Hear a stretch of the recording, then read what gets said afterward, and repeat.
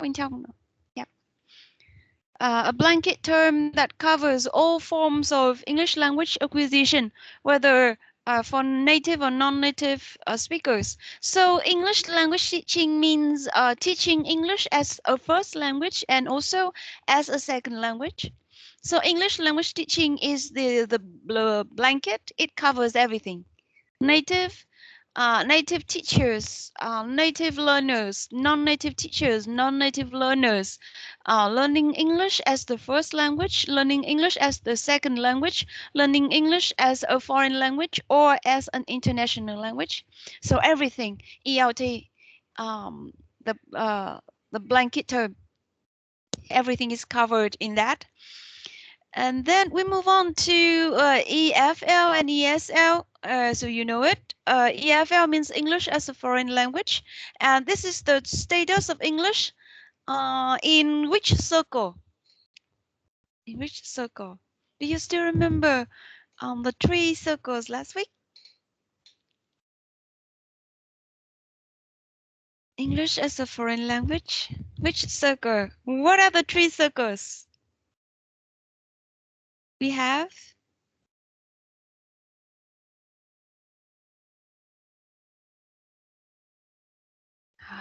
it looks like kind of you are trying to recall the you try to recall the previous lesson about the circles, right? You still There are 3 three. circles, inner circle, Mm, outer circle, and expanding circle. that's very good, Three. So English as a foreign language is the status of English in which circle? I think it's in the expanding circle. Yes, it's in the expanding circle. So we teach English as a foreign language. And how about English as a second language? So Mm, I think yeah. Mm, it's in outer circle. it is in the outer circle. So the difference between ESL and EFL is that because EFL is for non-native speakers learning English in a non-English speaking environment because it's just a foreign language like the case of Vietnam. Then English is a foreign language and the learners, just like you don't have many chances to practice English outside of the classroom. So when you go out of the school, when you go out of the university, you will not have any chances or maybe very few chances to practice English, right? You cannot go to the chemist and buy some drugs or medicines and you cannot speak English to the seller, or you can go to the supermarket, then no one would speak English to you. So outside of the classroom, there is very little opportunity to or chance to speak or to practice English or for English use. In ESL, because English is a a second language in the outer circle, and outside of the classroom, because English is an official language, then the learners will have more chances to practice the language outside the classroom, and obviously that affects their learning, right? When you have more chances to practice English, it is easier for you to learn. Right. And when you have less chances, like the case of Vietnam, we don't use English anywhere else outside the school. So it is more difficult to learn the language well. So that's the difference. That's about the environment for use and also the opportunity or the chance for the learners to learn and to practice the language outside the classroom. So, well, I think last week I talked to you already about TEFL, TESOL, and TESOL already last week. In the last few minutes last week, I explained to you about TEFL, TESOL, and TESOL, right? So TESOL means teaching English to speakers of other languages, including foreign or second language. So TESOL is the umbrella term for TEFL and TESOL. Yeah. TESOL như vậy nó cũng sẽ là cái thuật ngữ bao trùm cả TEFL và TESOL. Right. However, TESOL is not as broad as ELT because TESOL only refers to teaching English to speakers of other languages, not teaching English as the first language. Yeah. TEFL là dạy tiếng Anh như một ngoại ngữ, TESOL là dạy tiếng Anh như một ngôn ngữ thứ hai, và TESOL là dạy tiếng Anh cho người mà có ngôn ngữ thứ nhất, tức là tiếng mẹ đẻ, khác tiếng Anh.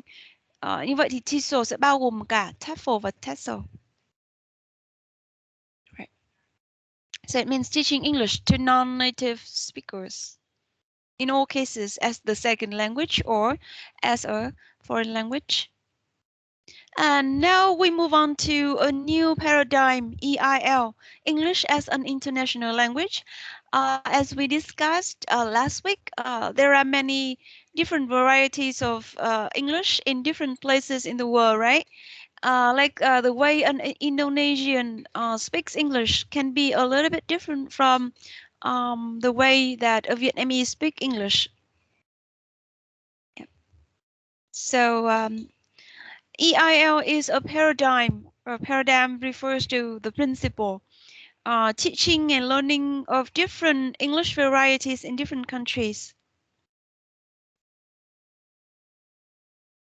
So English is used both in a global sense, in international communication between countries, and in a local sense as a language of wider communication within multilingual societies. Just like me and you, we are communicating in English, and at our software there are many other languages as well, including French and Chinese and Japanese. So at software, English is an international language, one of the international languages, right? And in this case, if you want to communicate to a Japanese speaking English, then it is much better if you can understand a little bit about Japanese culture, the way a Japanese speaking English is affected by the culture of the speaker. For example, if you listen to a Vietnamese speaker of English, then you may assume that the speaker may leave out the ending sounds. The speaker may have some difficulties with sh sound, like she instead of he or she may say she is instead of she is, right? So thank you instead of thank you. So these errors are closely connected to the mother tongue. And you know, when you read the paragraph or the essay written by a Vietnamese person, then instead of going directly to the topic sentence, he or she may beating around the bush, going around providing some background before getting into the main idea. So that is the culture of writing in Vietnam. Yeah, we tend to set the background first, and then we tell about the problem later, or the issue, the key issue later, instead of going directly to the point as the topic sentence, right? So culture affects the way a person speaks or uses English. And it is much better if you understand the culture of the speaker instead of understanding the culture of the inner circle countries only, right?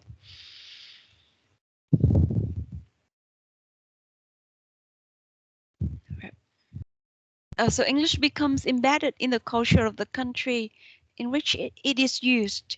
Right? And for most of the time, the function is to share the ideas of share the ideas and culture, and to communicate. Right. So here are the ideas that we didn't have enough time to finish in the last lesson. Now we move on to the lesson next week with issues in language learning and the issues as learners and teachers. Right. So kind of wrapping up the previous lesson in a few first minutes.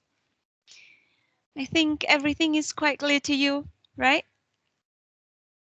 Yes. No, quite clear. And well, now for the lesson today with issues in language learning, being learners and being teachers, can you please go to channel 2?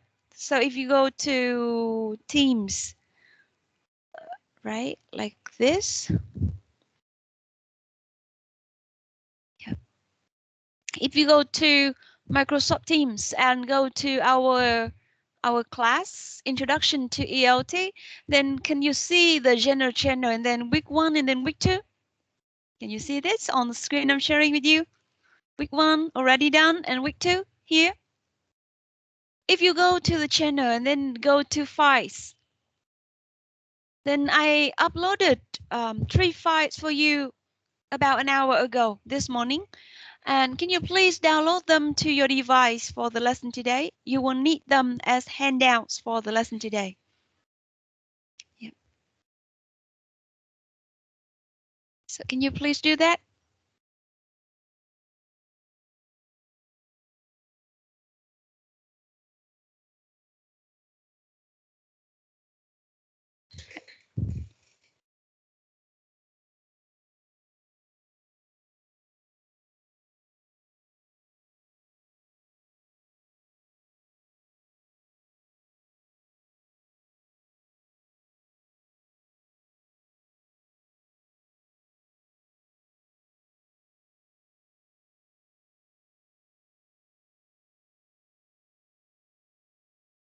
Right. So for today's lesson, we work on chapter 3, issues in language learning. Chapter 5, being learners, and chapter 6, being teachers. As I asked you to read at home last week. And first of all, we start with issues in language learning. And the key contents include second language acquisition, input hypothesis, implicit and explicit knowledge, and the role of other languages or translation in language learning. So first of all, let's take a look at the screen I'm sharing with you. What can you see in the photo?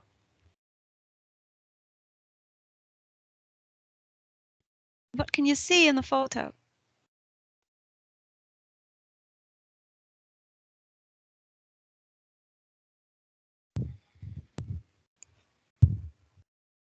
Hey, hi, hello, where are my students?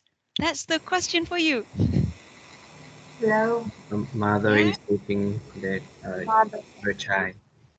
Chung, yeah. So you see the mother and then a child and then playing and talking to each other.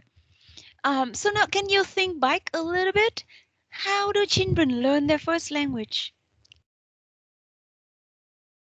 Can you think back a little bit? Of course, you can't remember what happened to you when you were a child, right? It's impossible to do so.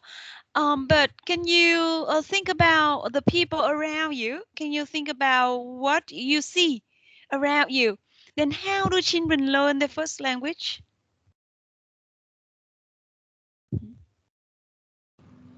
Do we The, teach? Yeah, please go the, ahead. the language development totally depends on their environment. I mean, they learn from parents, grandparents, or people around them. Okay, so for a child, he or she learns from the environment around, and so how long does it take for a child to start with the very first few words?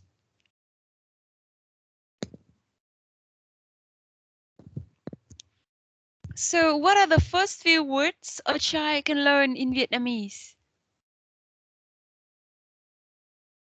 Yeah, a child in Vietnamese. What are the first words that you think a child can learn? think it's bà because it really very to speak. Okay, so maybe the pronunciation is easy, like ba and ma and mẹ and bố. Okay, so a few words that a child can learn in Vietnamese, or a Vietnamese child can learn in their first, maybe in their first year, right? So how about us teaching a child the first language? Do we teach things like the present simple tense? The present simple tense is used to talk about a fact or to talk about what happens regularly every day in everyday life. Do we teach a child the first language like that? Do we No. teach grammar? No. Okay, so how do we teach a child the first language? We use simple words Anything else? and describe things around them. So first of all, the words should be very simple. So how about sentence structure? How about sentence structure?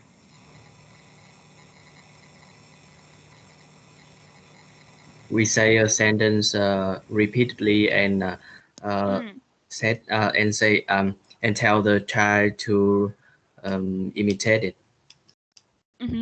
So repeat. You have a very good word, repeatedly.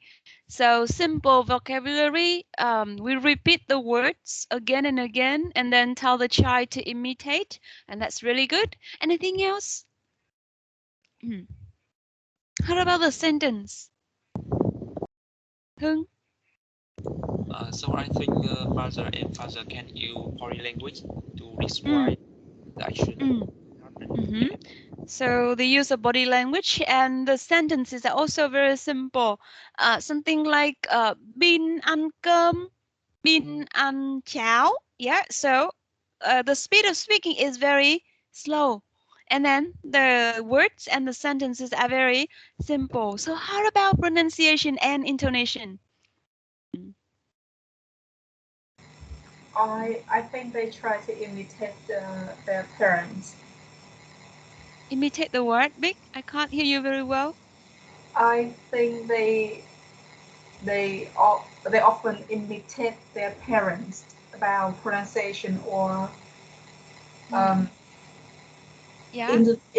intonations. I think so. Okay, so imitation, and there is one more keyword for you. You can take a look also at the screen I'm sharing with you. Actually, this is a part of the book, an excerpt from page number 40. So exaggerated intonation, something like bà ơi. We don't say bà ơi like that when we talk to each other, right? Bà ơi chào hỏi một chút instead of bà ơi. So we try to exaggerate. See? Yeah. Exaggerate the word for when we talk about intonation and pronunciation. We make it as clear as possible, like bà, like táo, like cơm. Yeah, we try to say it in a very clear way. Yep, with exaggerated intonation. So you can see that a child starting to say the first words when he or she is about 1 year old, and usually from 1 to 2 years old. So a child learning the first language subconsciously. What does it mean by subconsciously?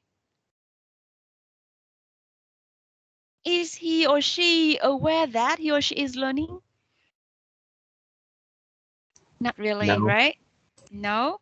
And is she or he aware of the rules, like how to form the present simple tense, like how to write a sentence, how to make a sentence, something like that? Yes or no? No. No. Okay, we don't teach a child how to write a sentence, how to form a tense, whatever, right? And another keyword that I want you to pay attention to, massive exposure. So a child has to listen a lot and a lot in the first 2 years before he or she can speak the first words. So that's massive exposure, a lot of exposure to the language before he or she can speak it. Massive, a lot and a lot and a lot. Yeah, yeah. Listen a lot. And sometimes for primary students, yep, primary, how to say, we say primary students, right? Primary learners, um, a lot of reading before the child can write the language. See, đối với trẻ con mẫu giáo thì thường là gì ạ? Và bắt đầu học nói thì phải nghe rất là nhiều trước khi có thể nói được. Yeah. And for primary learners or primary students, trẻ con tiểu học, yeah, read a lot before they can write. So exposure here means reading the language, listening to the language. Yeah, exposure. And exaggerated intonation. Yeah, things very clearly. A, b, a, ba, a, g, a, ka. Yeah, kind of. And shorter sentences and special vocabulary. And sometimes, the child seems to take part in the conversation, even when he or she cannot say anything. Like, do you want some more milk? You do?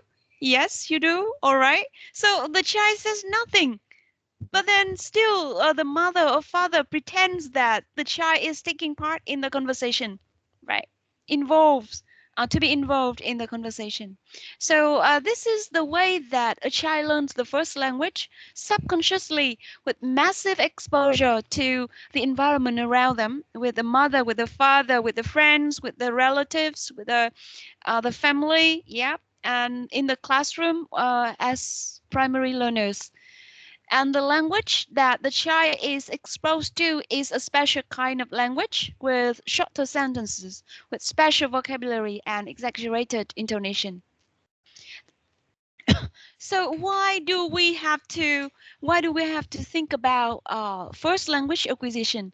Because in the lesson today, for our mother tongue, it is our first language, and we are thinking back about the way we study Vietnamese, right?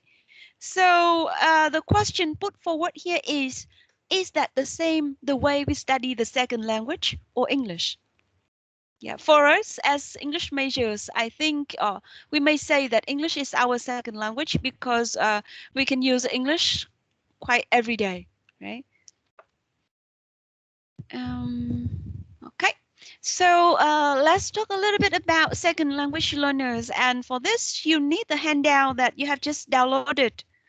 The handout on 3 profiles of second language learners. Can you please open it? I refer to this one. Worksheet 1. Yep. This one.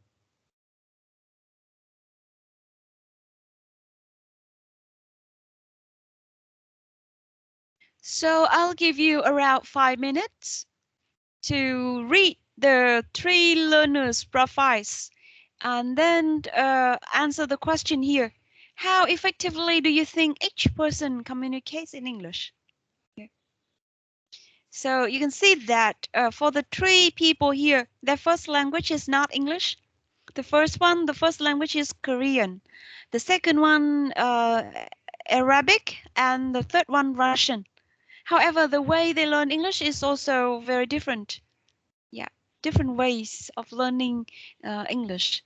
So you read their profile, and I think you need around 5 minutes, and then you think about the question: how effectively do you think each person communicates in English?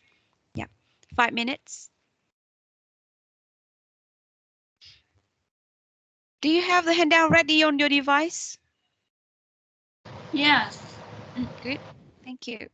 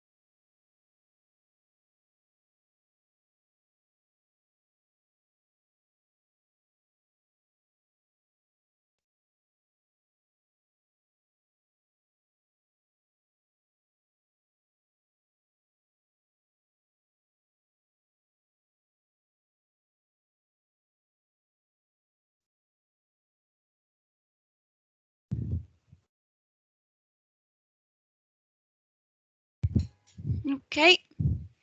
So how effectively do you think each person communicates in English?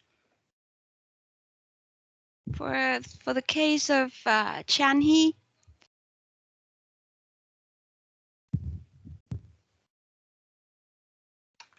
right? Do you have any ideas?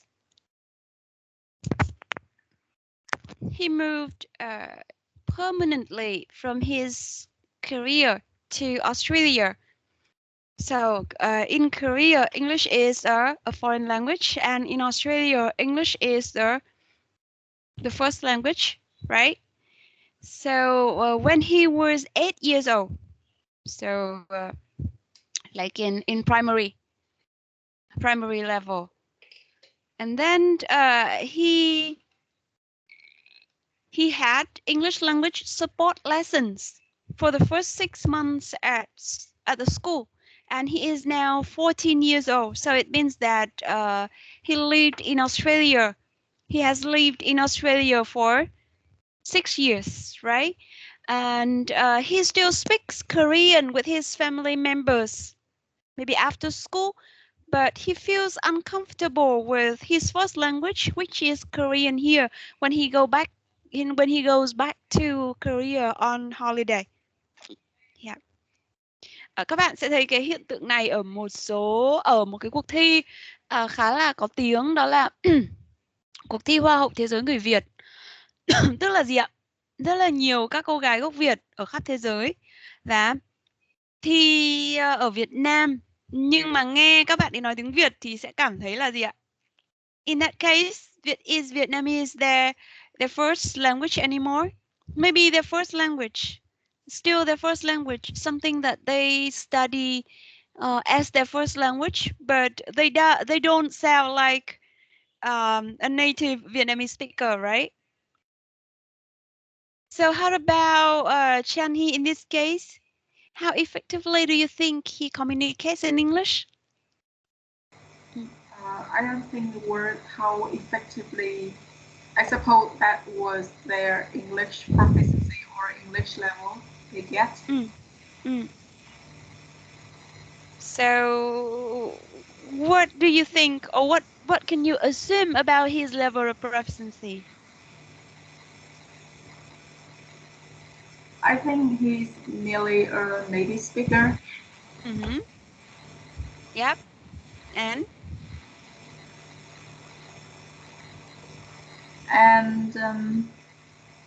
anything else? Oh, yeah, right. Yeah. He has a native speaker level competence. Yep. It is very likely that Chan-hee has a native speaker level competence because he lives in Australia, and then he studies at school in English, yeah, for 6 years. So he has native speaker level competence. Still, the language can still have accuracy issues. However, because he has some English language support when he integrates into the new school, then maybe after that he has near native a speaker level of competence.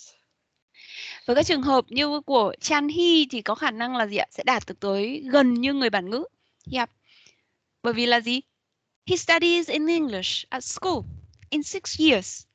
And that's already a lot of time, and he uses English outside the classroom and inside the classroom. He only speaks a little Korean at home with the family members. So for most of the time he speaks English, and that's why he may have native speaker level competence.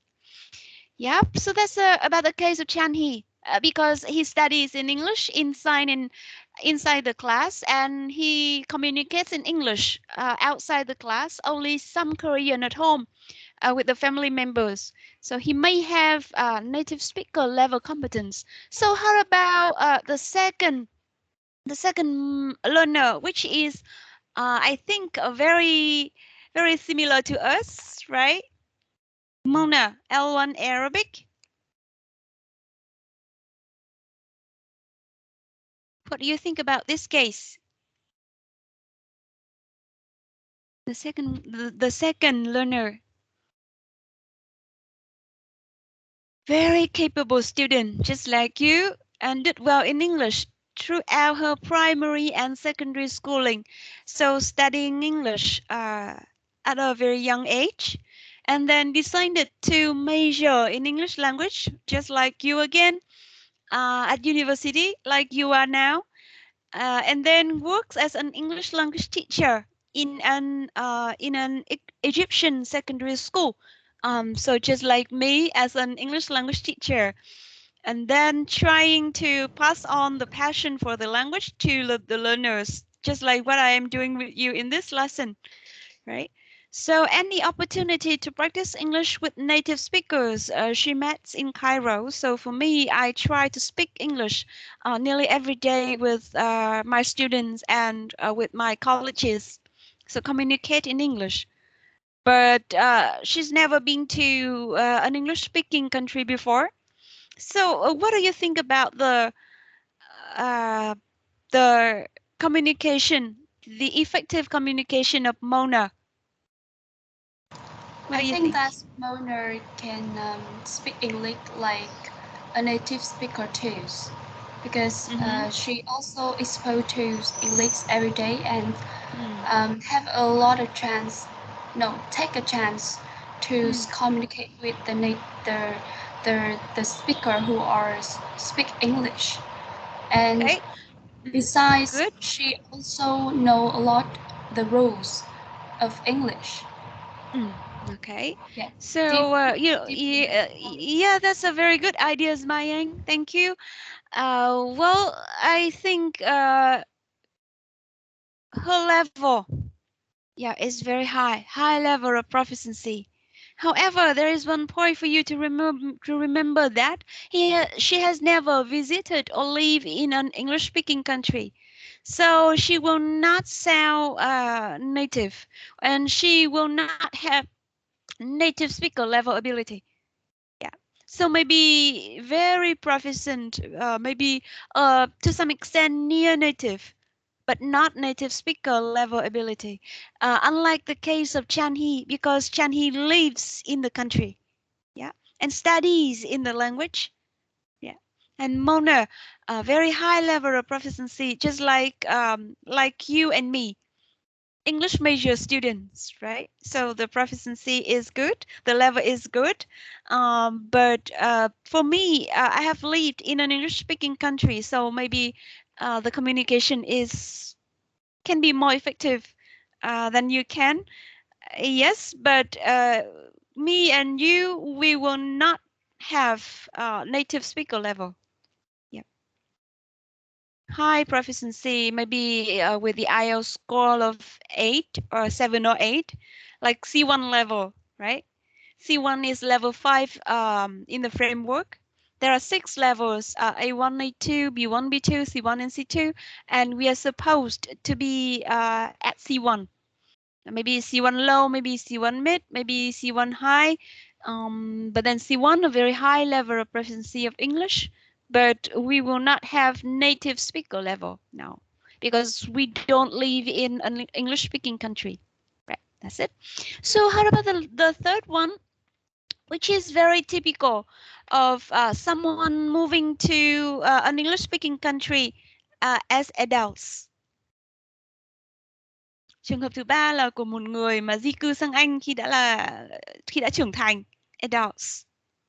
What do you think?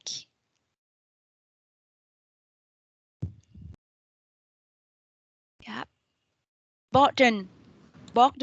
Yeah, he didn't enjoy studying English. Largely a waste of time, right? But after that, he met an English woman and then he got married and then he moved to England, right? So what do you think about his language proficiency? I think that she also. Okay, Maya, you can continue, please. Yeah, I think that Bogdan also can speak English because he's eventually married Hannah, but he will use English without knowing the rules of that languages and just speak naturally. I mean, imitate her girlfriends and the native speaker in England. Okay, you can see in the description here that it was hard coping with life and language, but then Bogdan soon picked up English by ear and began working as a gym instructor, so communicating every day in English, right? And well, he doesn't really learn the language formally at school. Yes, like you said, not knowing the rules. However, he can still use English very well. So, yes, he is very communicative in English. So it means that communicate in English effectively, but may not be entirely accurate. So mistakes may occur, errors may occur, and it is possible that he may not write English well at all.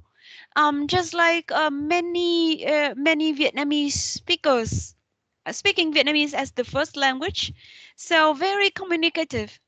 But if not, like based on the education background, so students may write Vietnamese more accurately, yeah, and more like more coherently.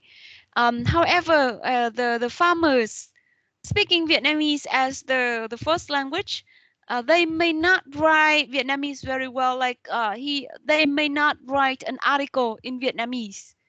Do you agree with that?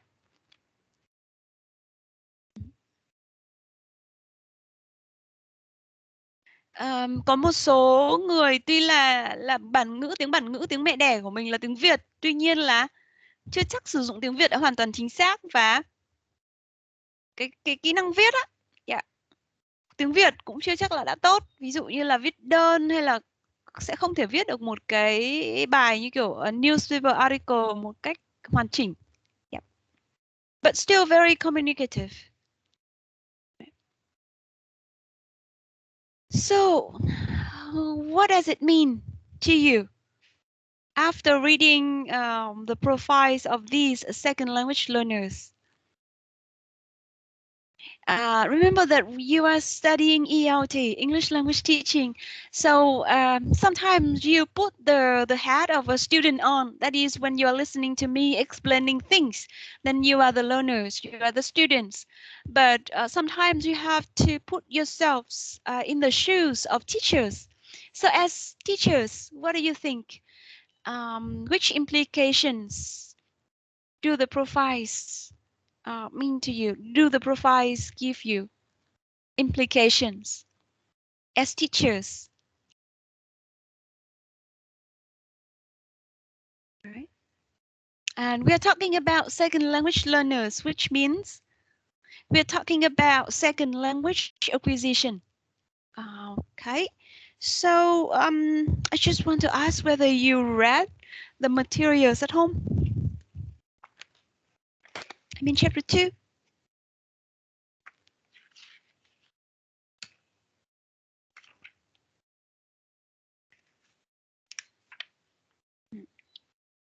You can see the word second language acquisition on the first in the first slide on top of the page 41. Second language acquisition, what is it?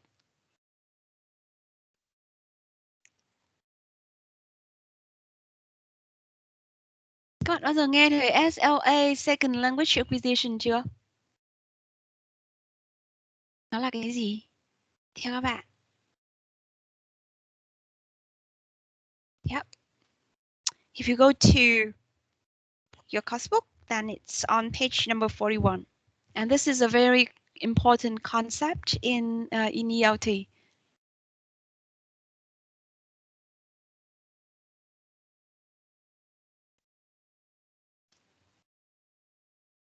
Yeah.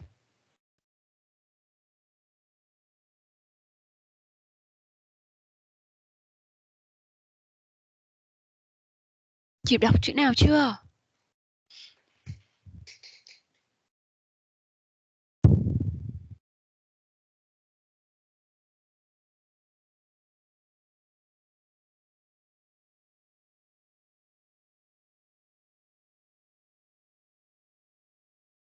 Các bạn đọc tài liệu chưa?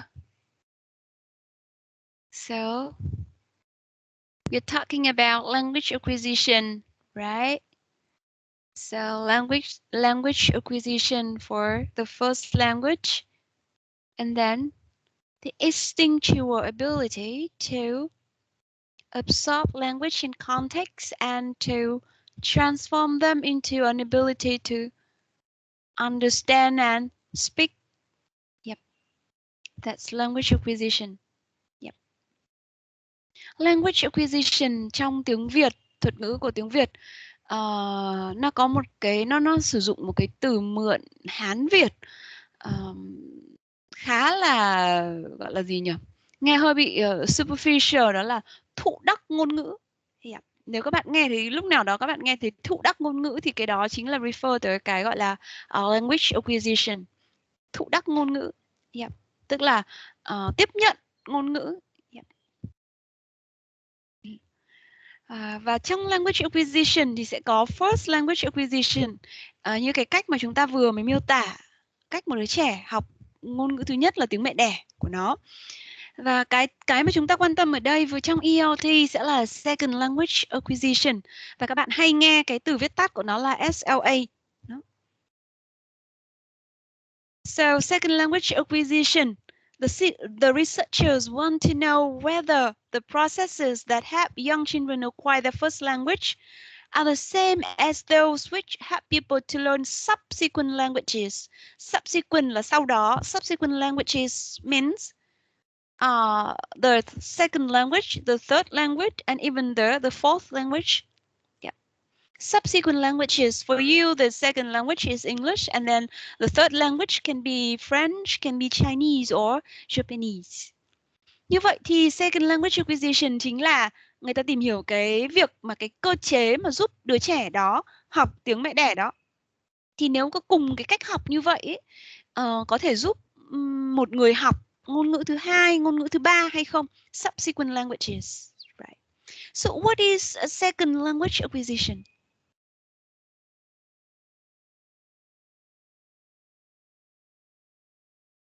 Bài này có vẻ khó hơn rồi đúng không? Less funny than the previous one. Bài này là một trong những bài này và bài của tuần sau sẽ là hai trong những bài mà gồm các cái khái niệm quan trọng nhất và bản lề nhất của English language teaching. Tức là những cái khái niệm mà các bạn đều sẽ gặp lại rất là nhiều lần trong suốt quá trình các bạn học về giảng dạy tiếng Anh. Và thông thường những cái bài nào mà là basic concepts, cái gì càng basic thì càng khó. Vì nó là nền tảng. Nên nền tảng thì mình cần phải hiểu rất là sâu. Vì nếu như nền tảng của mình mà hiểu không vững thì những cái về sau mà mình học ấy nó cũng sẽ không vững. Mình phải hiểu đối với những cái khái niệm mà gọi là basic concepts là thường là mình sẽ phải hiểu về mặt bản chất luôn đó. So on the screen you can see second language acquisition refers both to the study of individuals and groups who are learning a language subsequent to learning the first one as young children and to the process of learning that language. Nghĩa là nó chỉ nghiên cứu cái ngôn ngữ thứ hai, ngôn ngữ mà được học sau tiếng mẹ đẻ. Right? And here we call the second language the target language. Yeah. Tức là cái ngôn ngữ mục tiêu mà mình muốn đạt được. The target language in this case.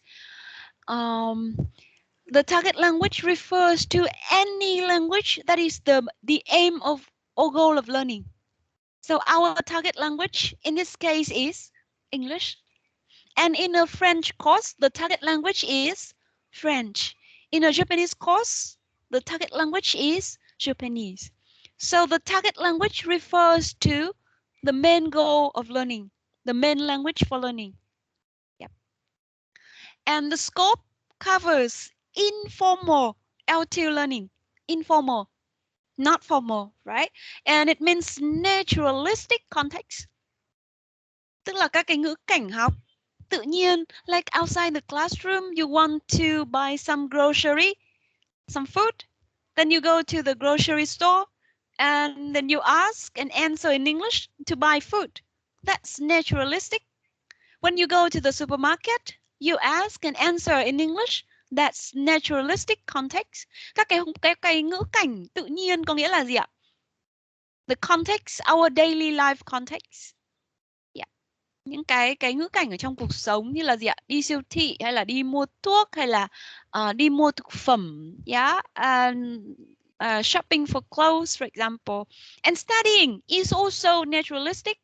Like in this course, you are studying the content is English language teaching. The content, the key content is methodology. But still, you are listening to me in English. So that kind of exposure is also naturalistic. Yeah. Tức là cái mục tiêu chính của cái khóa học phương pháp dạy học này là nội dung về phương pháp. Nhưng các bạn lại vẫn đang nghe giảng bằng tiếng Anh. Right? Or like you're studying maths, but in English. That's naturalistic context. Because the key content is maths. But still, the means of instruction, or we say English as the medium of instruction, is English.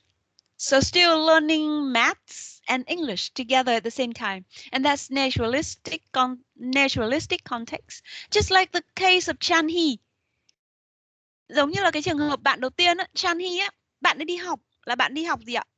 Đến đó là năm 8 tuổi. So primary and secondary education, right? Bạn ấy sẽ học tiểu học và trung học. But in English. Yeah. Như vậy là naturalistic context là như kiểu authentic context in daily life, right? Including studying, including shopping, including communicating with the people around. Yeah. And formal learning. Just like you go to an English class, you study vocabulary, you study grammar, you do grammar exercises, you learn how to sharpen how to improve your reading skill, you learn how to write a paragraph. So that's formal learning. Yeah. Formal learning là mình học ở trường. Yeah. Và mình có một cái mục tiêu rất là rõ ràng. That's an English class. That's an English lesson. So that's formal learning. So acquisition happens in informal learning and formal learning. Tức là chúng ta học ngôn ngữ trong cả cái bối cảnh formal và informal. Outside the classroom, usually that's informal learning. And inside the classroom, that's formal learning. Right. So I hope that you have read the materials. I know that it's not easy for you to read the materials. There are a lot of pages and then a lot of new concepts which are not very easy to understand. I see that. But then here are the key terms in SLA, Second Language Acquisition. Như vậy thì các bạn thấy là acquisition và learning cái nào rộng hơn? Theo các bạn hiểu như vừa xong. Yeah, in the previous Acquisition ạ. Acquisition sẽ là nghĩa rộng hơn. Yep. Learning thì nó refer tới chủ yếu là gì? Khi mình nói là learning a language thì chủ yếu mình nói về formal learning, mainly inside the classroom, especially in the case of Vietnam. Right.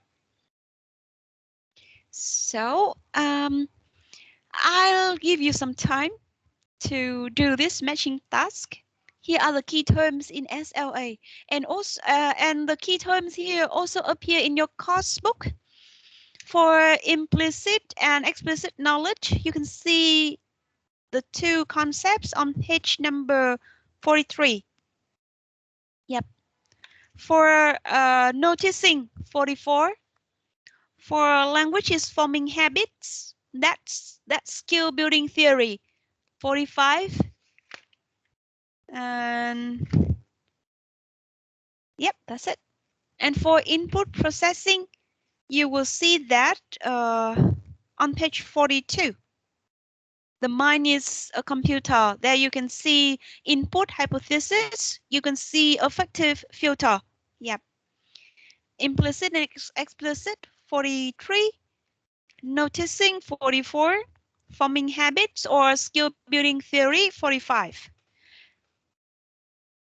So I'll give you around 5 minutes to check your course book again and then to do the matching task for the key terms in SLA.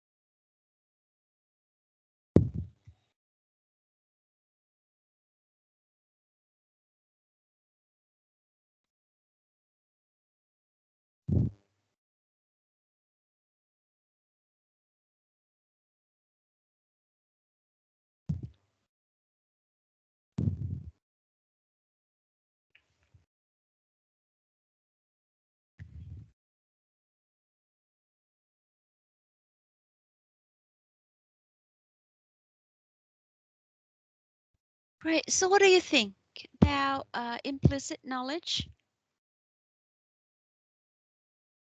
Implicit knowledge, what is it?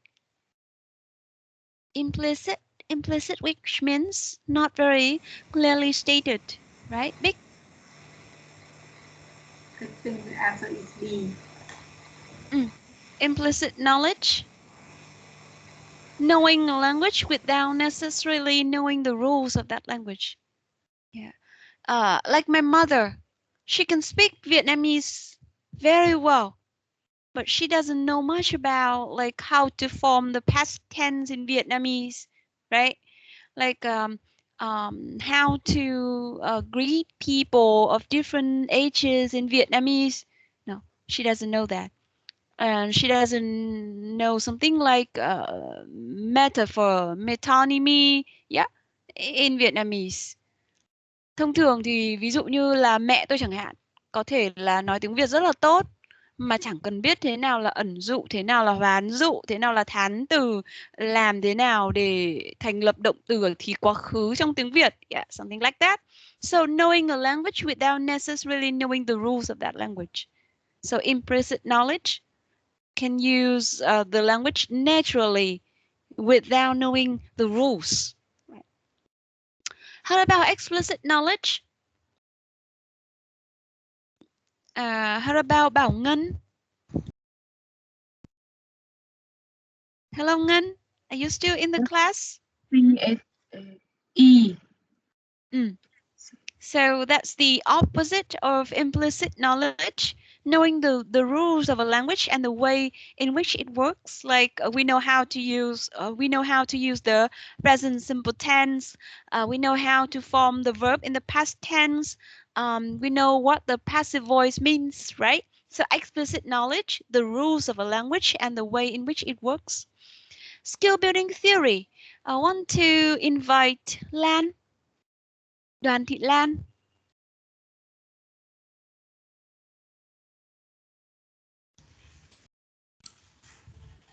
Please, I mess with C.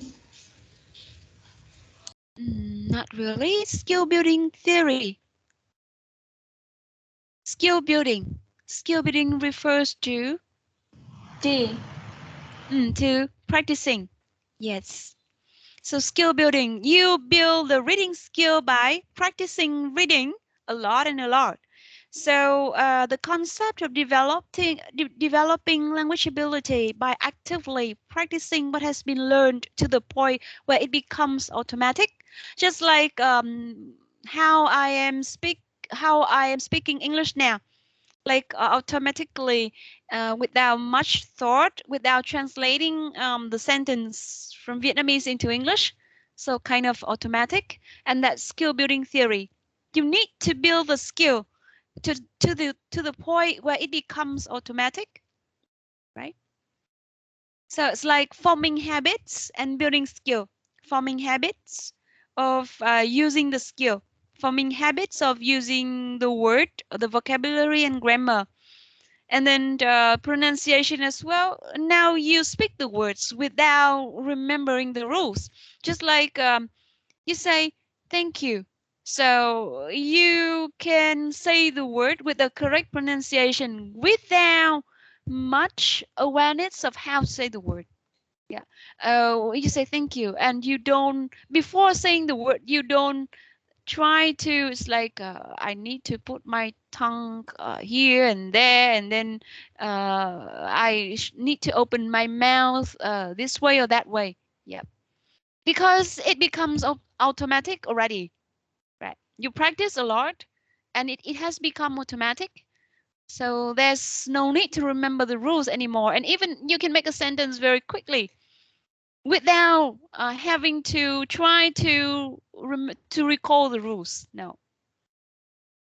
Khi nào các bạn đạt được một cái level càng cao thì có nghĩa là các bạn gần như không cần phải cố gắng để gợi lại cái quy tắc đó ở trong đầu mình mà nó vẫn tự động bật ra được ngôn ngữ. Thì cái đấy gọi là skill building theory. Tức là thực hành cho tới khi nào nó trở thành automatic. Yeah. Forming the habit until it becomes automatic, and that's skill building theory. It means that you need to practice in order to master a skill. Input processing, I want to ask Trang. Yeah, I think we match with C. Okay. How do you understand it? Can you explain a little bit about it?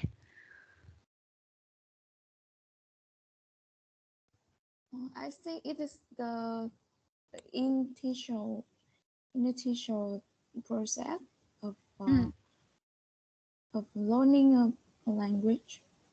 It is the first step. Okay, so in C, you have two keywords, hears or reads, and that's input. Yeah, so you process the information through reading and hearing. Okay, that's input processing. The input here is the language and the information.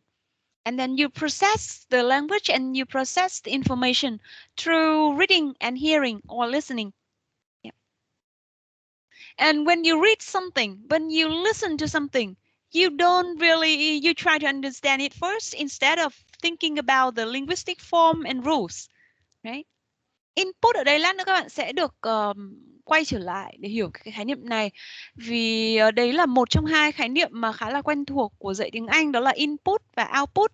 Tức là ví dụ như khi mà mình cung cấp cho học sinh một cái cấu trúc, thì cái cấu trúc đó thông qua việc nghe và đọc thì được gọi là input. Và mình muốn học sinh có thể reproduce the structure thì cái đấy chính là output. Tức là sau khi mà học cấu trúc xong, thông qua việc đọc bài, thông qua việc nghe, thông qua việc cô dạy, thì học sinh có thể sử dụng cấu trúc đấy để trong giao tiếp hoặc là trong một cái bài viết. Thì cái việc mà học sinh sử dụng đấy được gọi là output. Cái mà mình đưa cho học sinh thì được gọi là input. Input processing means processing the input, processing the language and the information provided. Okay. And finally, noticing. For sure, it goes with A. Notes L2 language features in what they hear or read. Like I can give you a paragraph with a lot of comparative adjectives. And then I ask you to underline the comparative adjectives. And then I ask you to find out the rules to form comparative adjectives. That's noticing the features, yeah, that the learner hear or read. Ví dụ như tôi đưa cho các bạn một cái đoạn và tôi yêu cầu các bạn là highlight các cái tính từ so sánh ở trong cái đoạn đó. Xong tôi yêu cầu các bạn là từ những cái từ mà các bạn đã highlight đó, các bạn tổng kết cho tôi các cái quy luật để hình thành các tính từ so sánh. Like adding for short adjectives, like adding more for long adjectives, something like that. So that's noticing. Tôi để các bạn tập trung chú ý tới các cái language features, các cái đặc điểm ngôn ngữ đó. That's noticing, right? Nhìn lúc đầu thì cũng thấy hơi hoảng đúng không? Bây giờ thì thấy dễ hiểu hơn rồi đúng không? Implicit knowledge là gì? Kiến thức về ngôn ngữ mà thường là mình không để ý tới các cái quy luật, các cái khái niệm, ví dụ như là làm thế nào để thành lập thể bị động, hay là làm thế nào là ẩn dụ, thế nào là ván dụ. Yeah. Mình hiểu nó unconsciously. Giống như kiểu mình khi mà mình đọc á là mình cũng học, thế tuy nhiên là rõ ràng là mình không học cái gì đó cụ thể như là rules hay là strategies, đúng không? Đó. Explicit knowledge là khi đó là mình được học về các cái quy tắc, các cái đặc tính của ngôn ngữ. Yep. Skill building theory, it means forming the habit until it becomes automatic. Yeah, until a skill becomes automatic. Input processing means in processing the input. Input here means the language and information that a learner has to process in order to learn the language. And noticing, there you have notes the features, tức là mình nhận thức được các cái đặc tính về ngôn ngữ mà đang học. Yeah. Ví dụ như tính từ so sánh mà là tính từ ngắn thì mình thường thêm đuôi hay là tính từ dài thì mình dùng more. Đó, tức là cái việc mà mình notice được các cái đặc tính đấy, nhận ra được cái đặc tính đấy. Right. Comprehensible input. Language acquisition takes place because there is comprehensible input. And remember that you need to provide the input, but the input should be comprehensible to the learners at that level. Bắt đầu thì hơi mệt rồi đúng không? Tức là khi mà mình dạy á thì là mình sẽ phải đưa cho học trò một cái input để có được output, và cái input đó nó phải là comprehensible. Bởi vì nếu mà tôi đưa cho các bạn một cái cuốn giáo trình khó như thế này, xong tôi bảo đấy đọc đi, input đấy, bây giờ các bạn đọc xong và các bạn viết một cái summary, cái đấy là output, mà các bạn không hiểu gì cả thì rõ ràng là acquisition doesn't take place rồi đúng không? Nhìn có hiểu đâu mà học. Và hai nữa là nó có một cái nghe thì rất là khủng bố, đó là affective filter hypothesis. Tức là nếu như mà affective filter là cao thì khi đó là học sinh sẽ không học được, và thấp thì cái quá trình học nó dễ dàng hơn. Có một cái bức tranh khá là hay ho diễn tả cái này và dễ hiểu nữa. Tôi show cho các bạn ở dưới dạng tranh để zoom in cho nó dễ nhá. Xong cái khúc này rồi sẽ cho các bạn nhìn một chút. Trông thấy có bắt đầu có vẻ đơ rồi. Khó mà. Bài này với bài sau thôi, vì nó gồm có các cái key concepts nên nó cũng khó hơn. Cái này các bạn có thể search được ở trên mạng đó. Affective filter đó. Refer to feelings or emotions. Nếu mà bạn cảm thấy rằng là tiếng Anh nó rất là khó, nó rất là chán, giống như case của anh Bogdan lúc nãy á, thì cái affective filter được gọi là cao. Và khi đấy thì cái việc học nó rất là khó khăn. Đó. Tuy nhiên là nếu mà bạn có motivation, bạn cảm thấy rằng là nếu bây giờ bạn học tiếng Anh thì khi bạn sẽ có cơ hội đi du học, khi mà bạn đi du lịch tới các nước khác thì bạn sẽ cảm thấy tự tin hơn. Tức là bạn cảm thấy motivated thì khi bạn có động lực thì bạn sẽ học tiếng Anh được tốt hơn. Self-confidence cũng thế. Yes, I can do that. I will speak English very well and I feel very self-confident about my ability in learning English. Sure, you can study English very well and that supports your learning. English is very difficult. Chinese is very difficult. I will not be able to write the letters, write the words this way. So you feel anxious and you feel worried, then learning will not happen. Learning will not take place. Yep. Thế thì những cái affective filters nó là như thế này, nó chính là motivation, chính là anxiety, nó chính là self-confidence. Một số cái mà raise the affective filter, tức là cái affective filter nó càng tăng thì cái việc học nó càng giảm. Thế thì những yếu tố nào nó làm cho affective filter gọi là raise the affective filter? Thứ nhất đó là error correction. Bạn vừa mới nói tôi đã stop lại. Thank you teacher. No, you have to say thank you. Don't say thank you. That's wrong. You feel very demotivated. Oh, it's so difficult. I cannot do it. Error correction. The wrong way of error correction. Forced output. Mình phải học. Nếu mà không học thì kỳ này điểm sẽ rất là kém. Về nhà nhá, chép cái từ này 50 dòng nhá. Forced output. I don't like that. I feel demotivated, right? Isolation, just like maybe how about us like this? Sometimes feel isolated. You want to speak English to your friend, but it is not easy because you stay alone at home, inside a room, right? Embarrassment. So you say something and then the teacher laughs at you. Ha ha ha ha. Something like that. You make a mistake and that's not good. And then your friends laugh at you because you say the word in a very funny way.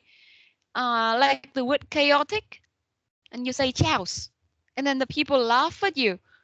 And then you feel demotivated. Yeah. And lack of comprehensible input.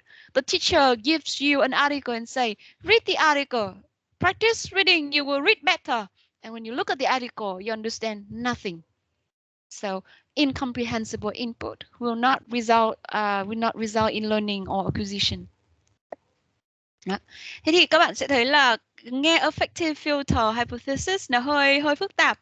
Nhưng mà ý của nó là gì? Nó sẽ có những cái yếu tố mà giúp cho việc học tốt hơn, gồm có motivation, có self-confidence và có những cái yếu tố affect learning mà. Thì ví dụ như là error correction hay là forced output hay là isolation, embarrassment or incomprehensible input. Thì những cái đó nó sẽ khiến cho học sinh học không được tốt. Và điều này với giáo viên có nghĩa là gì hả các bạn?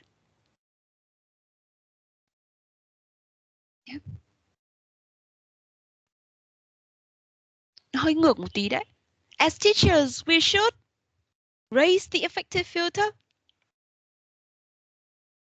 Raise or lower? Raise or lower?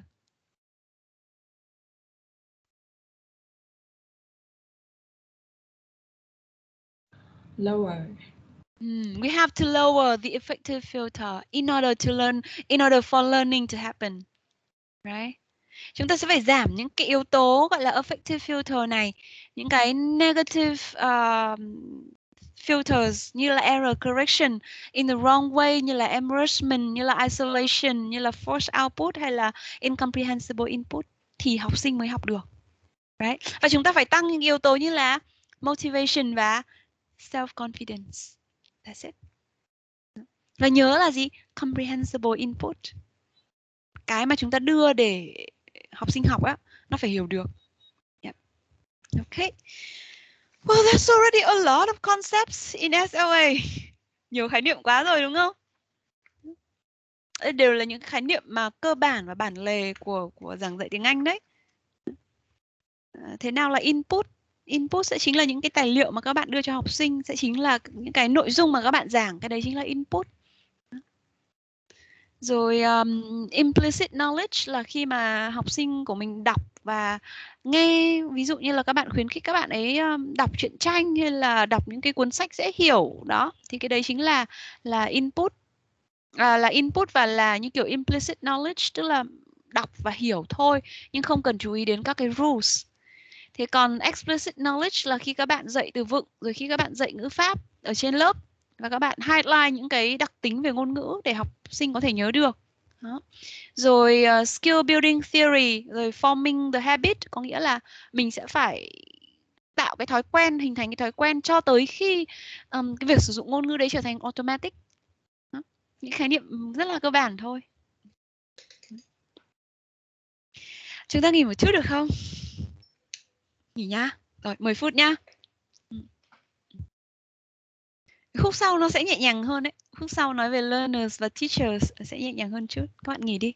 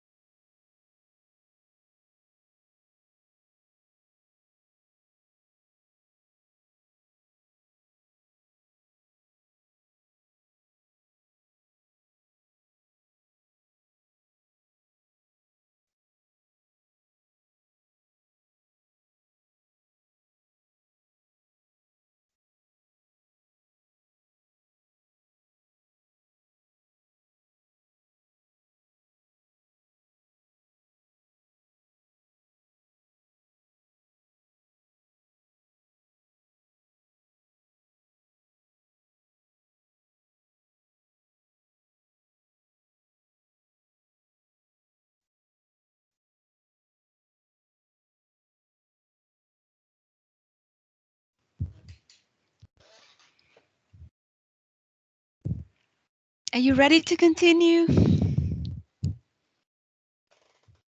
Everybody? Yes. How about the other students? Can I see you raising your hand? I mean, you can use the reaction. Yes.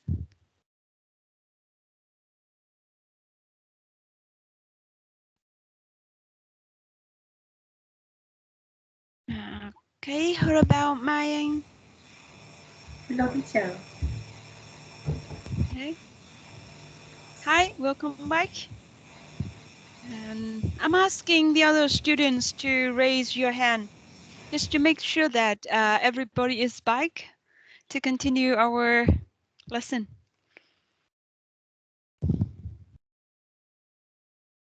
How about Chang? Thùy Linh, you are here, right? And Big, you are here too. So how about Chung and Chang?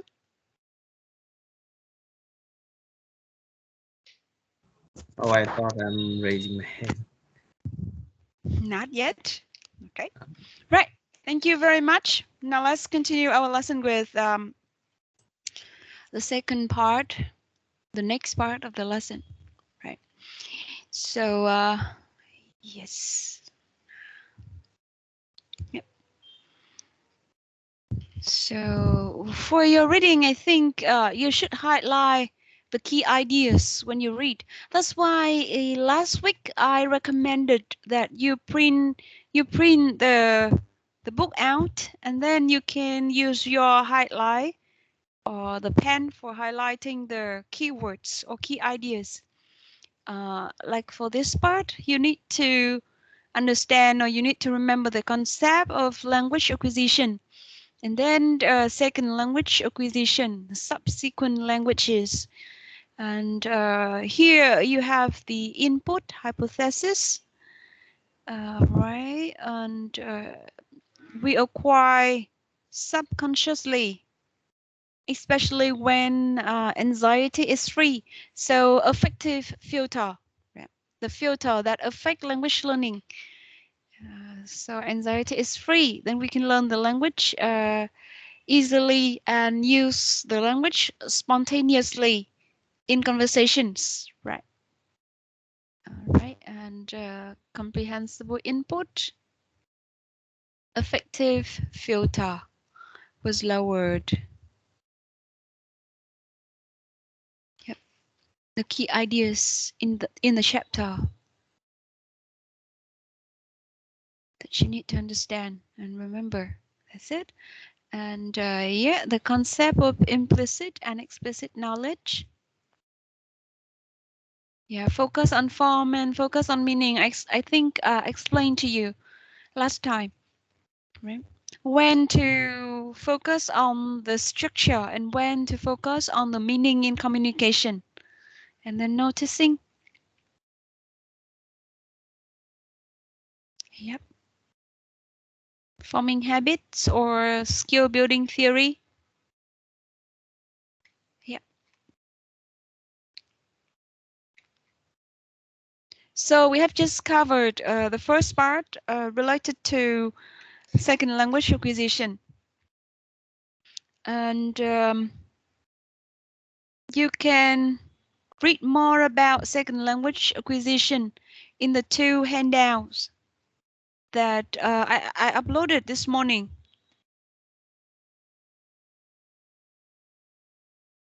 Okay, I will open them and show them to you again now. Yeah, this one about the learner profiles and about the key terms matching we have just done. And one more text about second language acquisition. So the text is easier for you to read and understand with the key concepts like noticing, like implicit, explicit knowledge. Yes. And one more handout. This one. Introducing second language acquisition. So with 2 pages about second language acquisition. Yep. And then linguistic competence, linguistic performance, sociolinguistic. Yeah. So 2 pages only for you to read more about second language acquisition as one of the key terms in English language teaching. Right, so now let's move on to the next part of the lesson today, which is about being learners. So I am learning English. You are learning English too. We are learners.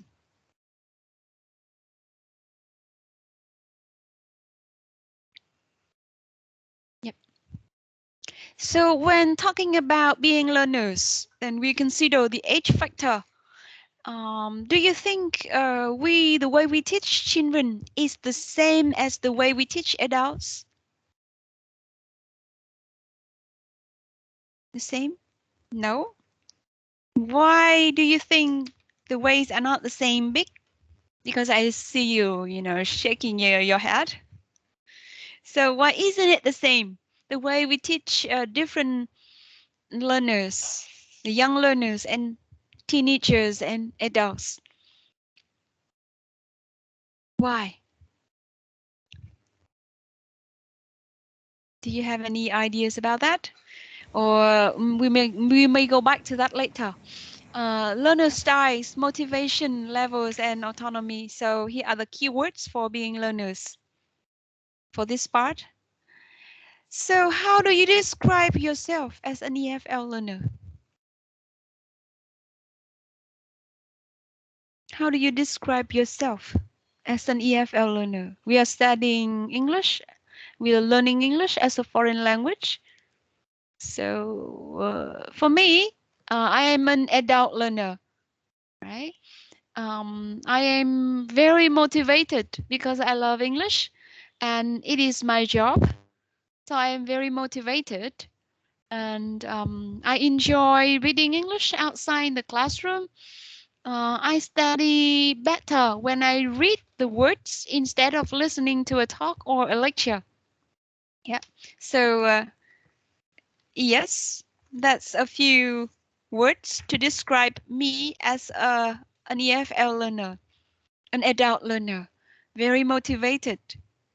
You started to learn English in 1996 in grade 6, which means a long time ago, right? So how about you as an EFL learner? How do you describe yourself? I'll give you 1 minute to think, and then I'll ask some of you to describe yourself as a learner.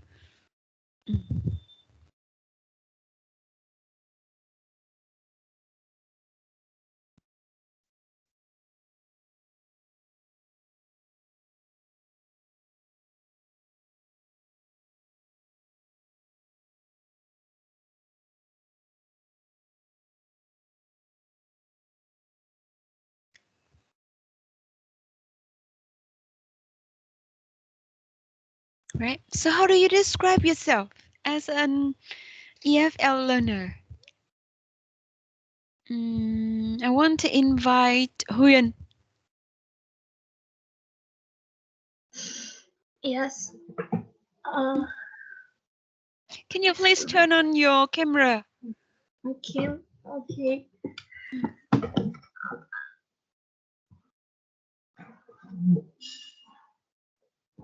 Can you see me?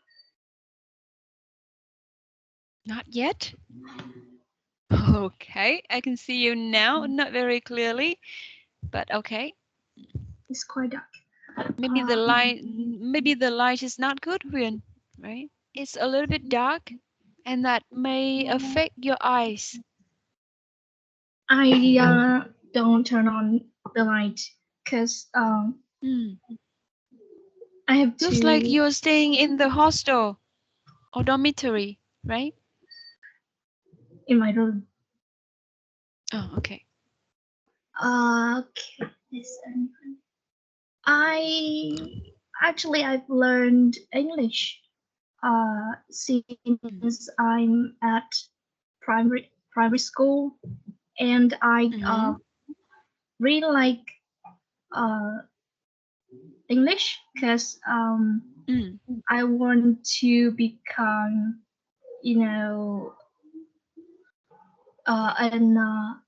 a person who can speak English fluently and can use English as a method to my future job. Okay. So you are an adult learner, right? Right now you're an adult learner, but you've been learning English since you were at the primary school. That's good. That's already a very long time, right? And you are an English major learner. So it means that you have a good motivation in learning English, right? Yes. Anything else? How about your learning style? When do you learn, or can you tell me some ways to learn effectively that you find useful in learning English? For me, I think I always study like through almost of time I learn English through class lecture. Okay. By, it's quite, how to say. Okay, so do you like reading, or which do you prefer, reading an article or watching a video or talk in English? I'm not a person. I love watching and listening to videos, English video, like that. Okay. Yeah, thank you. So we may go back to the description later when we analyze learning styles and preferences. So first of all, we take a look at the age factor. Do you think the way we teach young children, adolescents, and adult learners the same? Are they the same? Okay. Do you have any ideas about this? Like the same content. For example, we teach vocabulary about the body parts, our body parts, and then we have to teach the learners who are adults. I mean, starting to learn English when they are adults already, and the same content but to children. So, do you think the way we teach different learners are the same? And if different, then how?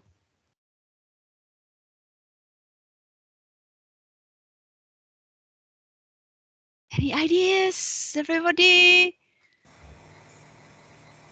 It's absolutely no. It's completely No? different. Sure? How? Different age has different needs and their and maybe their observe competence is are quite different. So I think basically we have to teach them in different ways. Okay. So sorry các bạn, trong vòng nửa phút nha.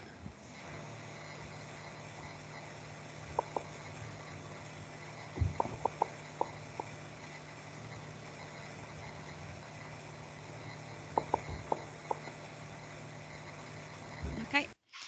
So when we have to teach the words for body parts like head, like shoulder, like hands, like knee, yeah. So when we teach adults, usually we can use our own body as realia. Do you know the word realia?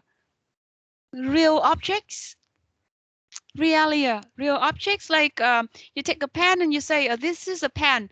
Yeah, so pen is, in this case, is a realia, a real object you can use to illustrate vocabulary. So when you teach adults, you can use your own body to teach the word like head, like neck, not like fingers, right? But when you teach kids, you may use songs. A very famous songs like head, shoulders, knees and toes, right? And can you use songs to teach English to adults? No, it's quite It is not awkward. really it is not really effective, right?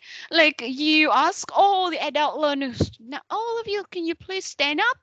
Now, sing, let's listen to me and then imitate my actions like head, shoulders, knees, and toes. So they feel something like it looks, when they have to stand up and sing and do the action, then they feel like it's really weird, embarrassed, right? So that's not an appropriate way to teach the topic to adults, but it works completely well with children, right? So when you plan a lesson, what you need to remember is to think about the learners. Yeah. Think about their age. First of all, the age of the learners. Are they young children? Are they adolescents? Are they adults? So that you can choose the right teaching method and also the right teaching materials. Right? So that's the first factor. What do you think comes next?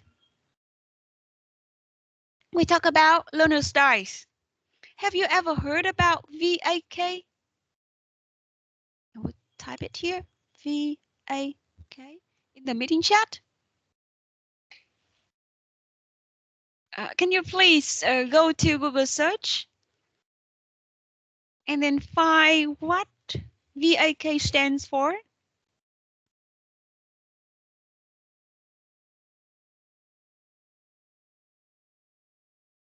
VAK? What does it stand for? And can you type your answer to the meeting chat?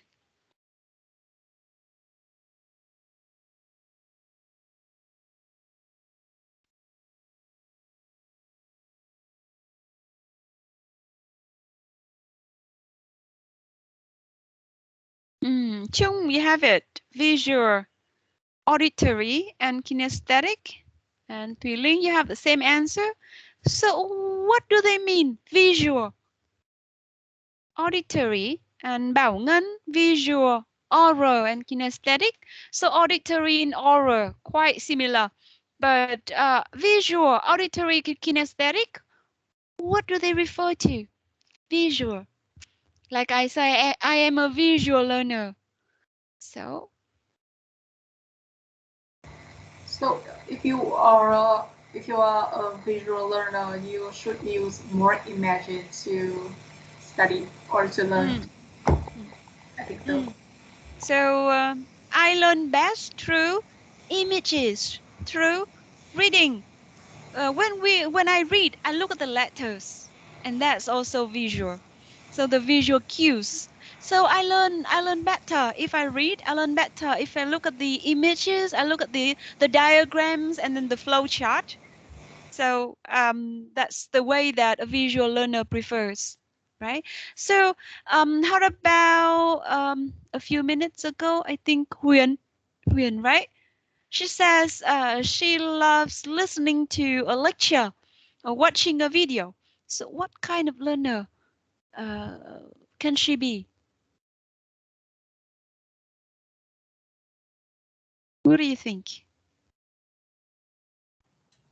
Auditory, I What suppose. Auditory. auditory? What does it mean by auditory in this case?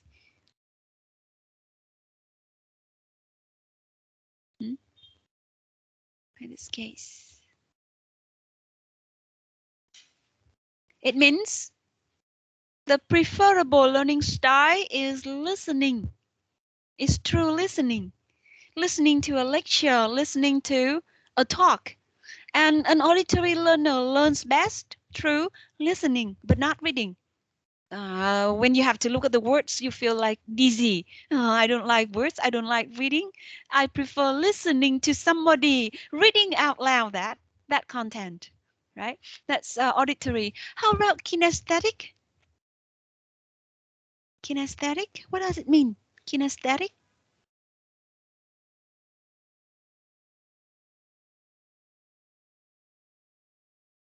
is related to learning through activities. Activities. What kind of activity, Chung? Related to physical body, I think. Do you know the game Slap the Board? No. Slap the Board. Oh, So, know it. yeah, who knows this game? Big, you know it? I've played Yeah. this many times at high school or secondary school. Yeah. The, So. the teacher will stick many new words on the board, and when she reads a word, two students have to run and slap to the right word on the board. Yes. So, for example, there are words about school objects, and I say book, then immediately the student has to run as quickly as possible and slap on the word book, stick on the board.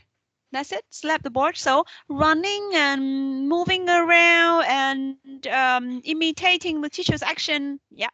So kinesthetic. Some people learn best through movement, body movement, physical movement. Right.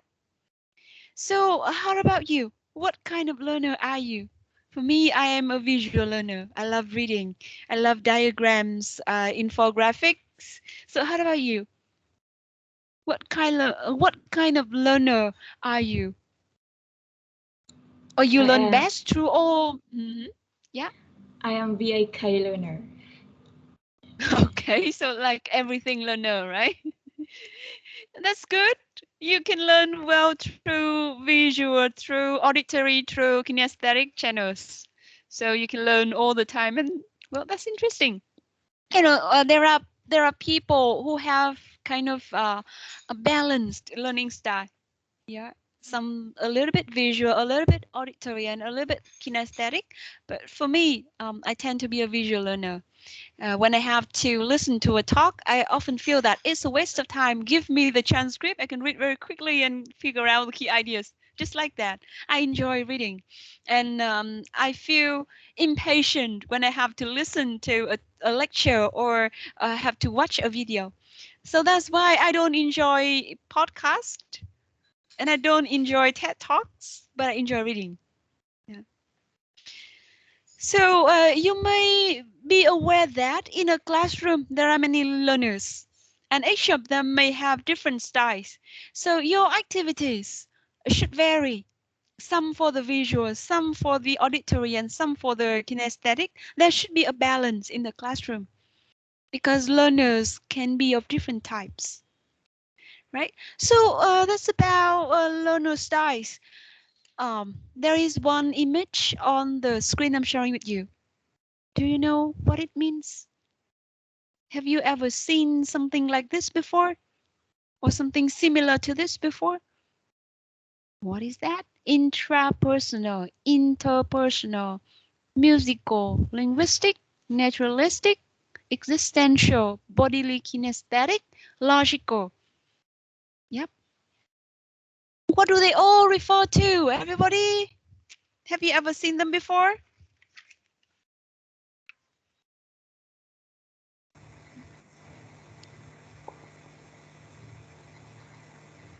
I think Have you it ever is seen them before? Yeah. 8 kinds of intelligence. Okay, very good. So different kinds of intelligence. Do you know any theory about different kinds of intelligence, Chung? I just know that there 8 kinds. Okay, you can count on the screen. Then there are 8 types. Do you know who proposed this theory about different intelligences?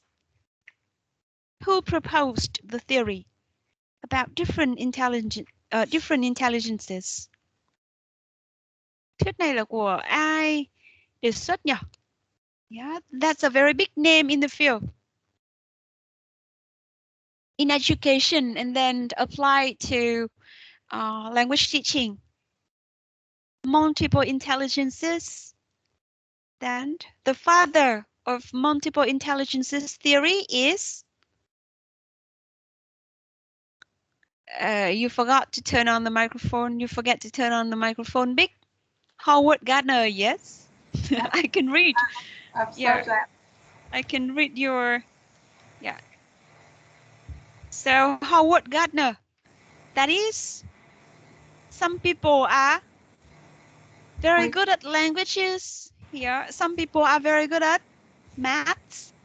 Some musicians, they are excellent in music, in composing music. However, they can't study math very well, right? So multiple intelligences, thuyết đa trí thông minh của Howard Gardner, a scholar from Harvard University, I think, as far as I can remember. Then the father of this theory is Howard Gardner, multiple intelligences. And what does that mean to what does that mean to English language teaching as teachers?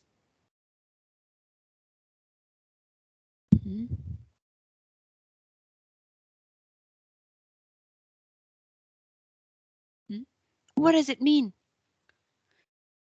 As a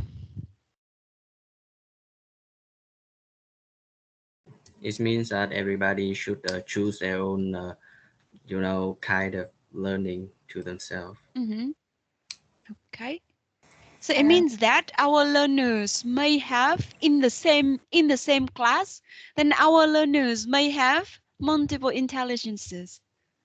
Some may very good, some may be very good at maths, but he or she may not be really good at English. Some may be interpersonal, which means that the speaking skill is excellent because he or she can communicate very effectively. But some are very reserved, very quiet, because that student can be intrapersonal, talking to himself or herself, communicating to oneself. Tức là gì nhỉ? Kiểu mà rất là hướng nội á. That's it. Yeah. Exploring oneself instead of interacting with the other people. So what does it mean for education? There is a very famous picture, I think. I want to share it with you, and you may have heard about it before. Yeah. For a fair selection, everybody has to take the same exam. Please climb that tree. To be fair, right? So everybody is a genius, but if you judge a fish by its ability to climb a tree, it will live its whole life believing that it is stupid. So I think this photo is famous, and you may have known it before. Yes? Just to be fair. So when you give the class a test, then you need to bear in mind that the students in the class may have multiple intelligences. So some can be very good at speaking, some can be very good at writing. Some don't really love learning the language because he or she is interested in maths, right?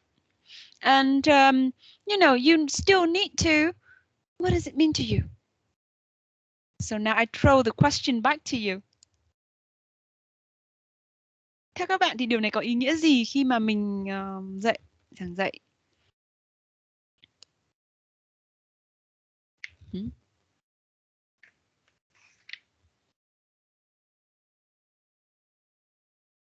Theo các bạn.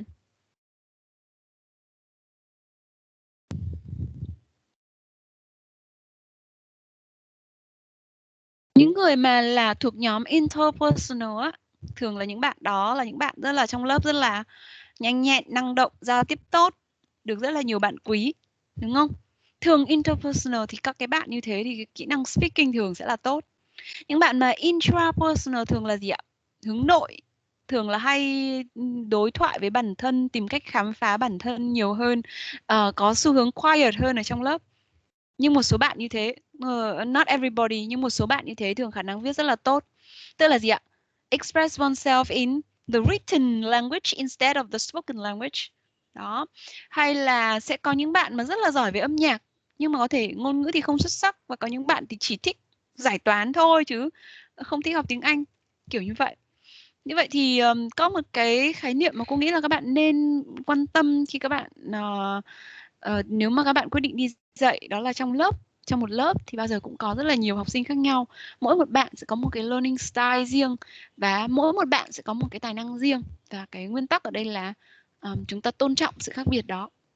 Và chúng ta sẽ cố gắng là cân bằng các cái hoạt động ở trong lớp để cho nó phù hợp với tất cả các cái đối tượng khác nhau. Ví dụ như có một số hoạt động thì nó mang tính visual, một số là reading, một số là listening, một số hoạt động mang tính vận động để có thể có được một cái balance cho các học sinh ở trong lớp. Và mình có thể là tạo motivation bằng cách là gì nhỉ? Bằng cách như nào? Làm nào để motivate? Được khen cũng là một cái hình thức để motivate rất là tốt, đúng không? Ví dụ như với giờ speaking thì mình có thể gọi những bạn mà thuộc cái tuyếp gọi là interpersonal á. Đó, và khi bạn ấy có gọi là good performance, mình có thể khen, đó là một cách khuyến khích.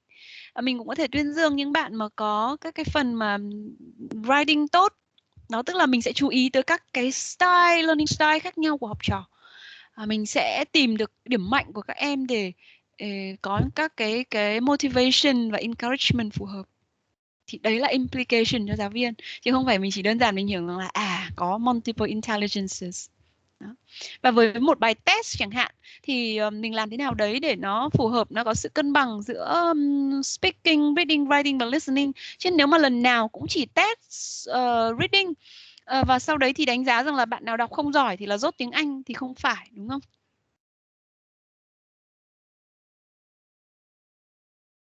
Right. And now we move on to the next part, language levels. Yep. So I think this concept is quite familiar to you, and we can, go quickly through this part. We have A1, A2, B1, B2. This is common European framework, right? And then we have a beginner, forced beginner. What does that mean, forced beginner?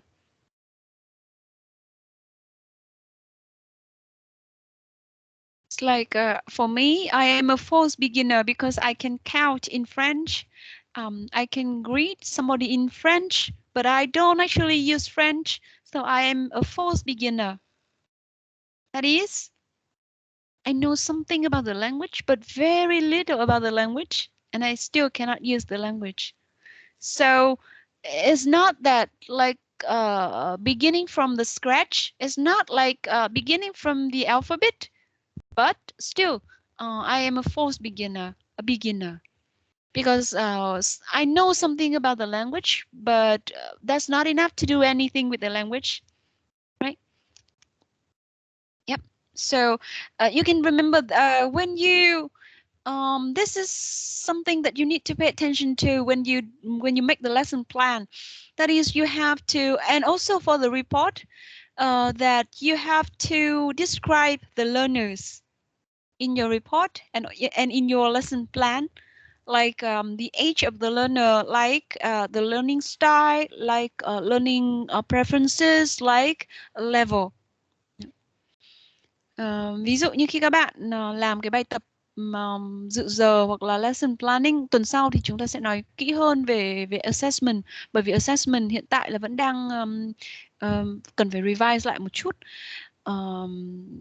về các cái tiêu chí đánh giá, về hướng dẫn các thứ. Các thầy cô vẫn đang revise chưa xong. Do là bên cần phải phối hợp với cả bên Mahjong để revise, nên là nó vẫn đang in progress. Tuần sau thì chúng ta sẽ có hướng dẫn cụ thể hơn, nhưng về cơ bản là các bạn sẽ phải cân nhắc từ yếu tố learners. Ví dụ như là cái handout đấy thì learner ở level đấy có đọc được không, kiểu như vậy, có hiểu không, có phù hợp không, hay là cái hoạt động đó thì có phù hợp không với learners là người lớn hay là teen hay là trẻ em. Nếu mà mình cho một cái hoạt động nó rất là academic mà lại chơi young learners, rõ ràng là mình sẽ nhìn thấy có một cái mismatch ở đấy. Đó, và nó sẽ không phù hợp nữa. thì các bạn cũng sẽ phải phân tích các cái đặc trưng của learners khi các bạn dự giờ, và cũng như là phân tích các cái đặc trưng để chỉ ra được rằng là hoạt động đó là phù hợp với người học đó. Yeah, that's it.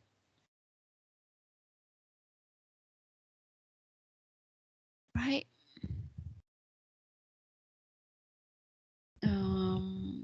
And now we move on to, I think, something a little bit more fun. The teacher's part. Right. Now I will paste the link here to your meeting chat. And together we make a word cloud about the roles of a teacher. So everybody, can you please open the meeting chat and follow the link?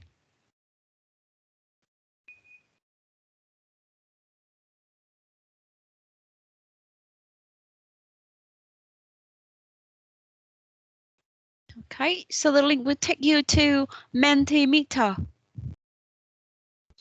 And there you can see different roles of a teacher.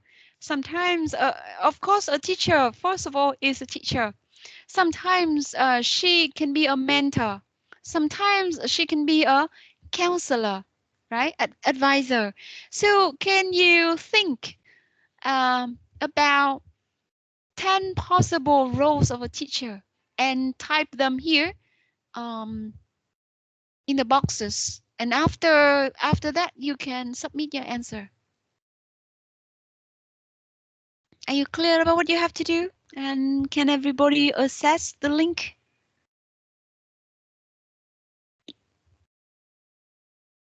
Các bạn có mở được link này không? Yes. Okay, so you have 3 minutes. Yep. Các bạn đừng ấn enter để xuống dòng nhá. Vì enter là các bạn submit luôn đấy. Các bạn dùng chuột để xuống dòng. Yep. Sau khi xong thì các bạn ấn submit. So in 3 minutes, try to think about 10 possible roles of a teacher.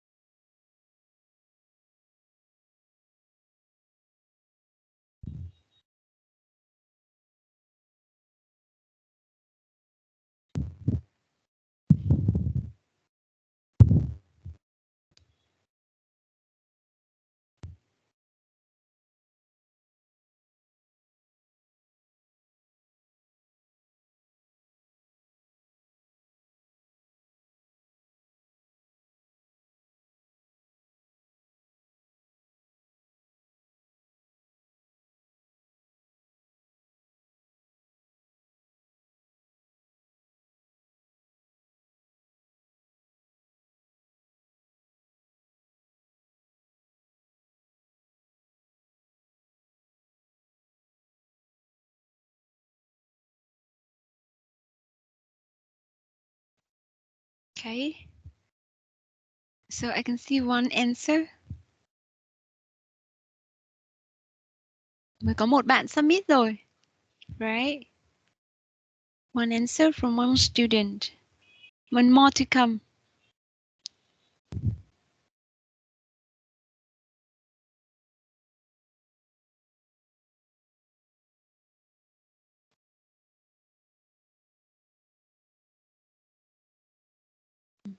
Okay. Two of you.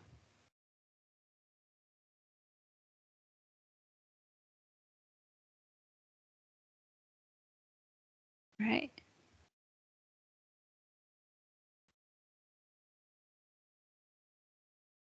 Mm.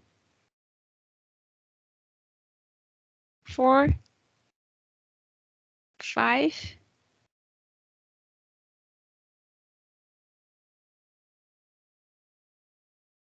6,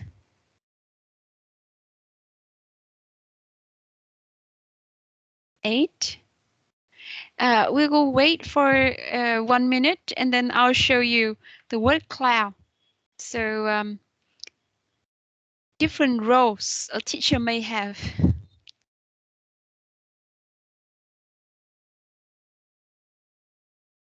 So be quick, everybody. And then click submit.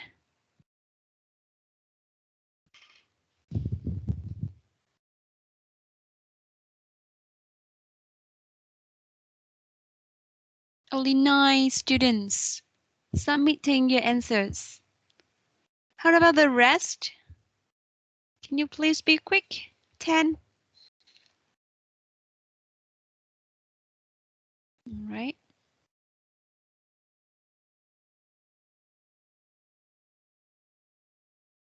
12. Right, now I can show you the word cloud. Can you see the word cloud on the screen I'm sharing with you?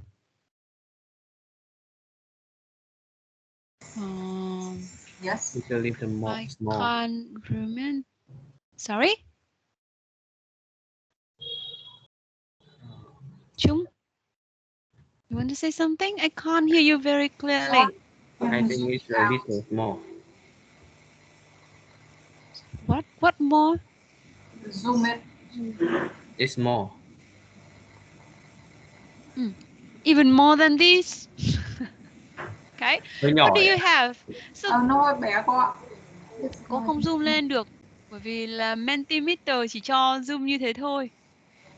Không biết là có làm nào để zoom to lên nữa không nhá. Alright, đây là full screen luôn rồi đó. Cô cao lại bật ảnh Zoom màn hình ấy ạ. Ok, rồi để cô cáp lại. Cô cáp lại sau đó là cô sẽ gửi vào trong meeting chat cho các bạn nhé. Ok, cáp lại rồi này. Xong rồi save lại này.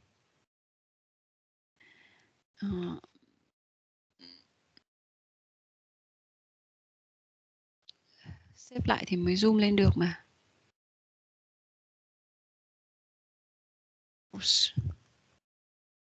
Save it to desktop. And then I need to open it again, right? Where is it? Where? Here it is. Okay. But it is not very clear this way. Now, is it easier for you to see? Yes? Hope so. Okay. So the biggest word you can see at the center is mentor, right? So you expect the teacher to be your mentor, right? An assessor, because the teacher usually gives you marks, grades, right? So assessor of your learning process, resource, giving you a lot of documents, and read a very long reading list, organizer, prompter, model, role model, you mean? Participant, leading class manager, facilitator, Organizer, controller, and sometimes you write a babysitter. There it is, a babysitter. Okay. Knowledge, judge, storyteller, scholar, specialist, learner, creator, community leader, instructor, observer, mother, a second mother, a parent substitute, classroom supporter, a friend of students, parents, the tutor. Right. So you can see that as teachers, we put a lot of hats on. Right. I can show you this one. Right. We have many hats like this. Each hat here is a role, right? So can be mentor, coach, and nurse, referee, counselor, detective, negotiator, comedian. Đôi khi các bạn sẽ thấy những cái role này rõ nhất khi mà dạy trẻ em, đúng không? Referee là gì ạ? Con thưa cô, bạn ấy đánh con. That's it. And you have to be the referee, right? Then maybe one of your student is injured. There, a nurse, right? And comedian, right? Đôi khi là phải đóng cả diễn viên hài ở trên lớp nữa đây, đúng không? The motivator, yes. To motivate your student. Entertainer, to entertain your student, sometimes by singing, by telling stories. So as a teacher, actually teacher does not mean teaching only. We have to put many hats on when we are inside our classroom. Right. And there's a lot to do. There's a lot of skills to how to escape. Click exits, right? So there are a lot of roles a teacher has to take. It's like playing with PD. PD here means professional development, playing with the class size, playing with the curriculum, with the, I can't see it very clearly here, with the students, and then with different roles, the controller, the monitor, evidence gatherer, prompter, editor, resource tutor, organizer, task setter, facilitator, performer, participant, teaching aid. Khi các bạn dạy như lúc nãy cô có chia sẻ, đó là gì? Body language, đúng không? Thế là chúng ta dùng chính cái body của chúng ta để dạy gì ạ? Head, shoulders, knee, and toe, and shirt, and jacket, and necklace. Yes. So we use ourselves as the teaching aid. Yeah. And to provide comprehensible input. So you can read more about the roles here in our course book, page 116. Yes. Các bạn cũng sẽ thấy các cái roles này và các cái giải thích cho nó ở trang 116. Yep. That's a lot. Right. Như vậy là giáo viên đâu phải chỉ đi dạy đâu, đúng không? Yeah. We take many roles inside the classroom. So what does it mean to us as teachers? What is the implication? Câu hỏi mà cô sẽ rất là hay hỏi trong cái bài giảng của mình đó là thế thì cái implication, cái ý nghĩa của cái nội dung đó đối với việc dạy học là gì?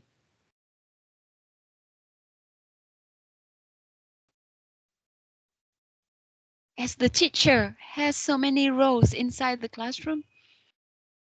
Nếu mà một giáo viên có nhiều vai trò như thế này thì có nghĩa là gì? You have to be prepared for that. You have to be aware of the roles of the teacher inside the classroom. Sometimes we are just entertainers, comedians, especially in young learners classes. Yeah. Nghĩa là đối với các cái lớp học thì thực ra là gì ạ? Chúng ta phải diễn rất là nhiều vai đấy ạ. Yeah. Sometimes we have to entertain our students, especially when they are tired, to motivate them to learn, right? We have to be aware that the teacher has so many roles inside the classroom, and we have to take care of our students. We have to, for young learners, we have to look after our students, and we have to provide them with support whenever they need support. That's it. So, so how about the qualities of a good teacher? Can you think about one or two teachers that you admire at your secondary school, at your high school, and even here at Suffolk? Then what qualities do they have? What do you think? You think about the qualities of a good teacher. You may think back about the teachers, the teachers that you admire, the teacher that you love at your high school and here at Suffolk. What qualities do they have? Yes, I want to invite somebody who hasn't said anything today. Thúy Hằng. I think the good teacher should have a strong communication skills. Okay. And listen well, or okay, or adaptable. So you mentioned a few words: adaptable, communication, listening. All right. So how about Trang, Nguyễn Thị Trang? What do you think? Can you add to the list? You don't repeat the qualities that your friend has just listed. Just add to the list. Yeah, I want to add one more word. That's patient. Patient, right? So how about having an activity like this? Please open your meeting chat, and then you type one quality, and then you add to your friends list, and we make a list in the meeting chat. Just type one word at a time, and then enter, and then read your friend's word, and then see if you can add more to the list. Right? Can you please do that?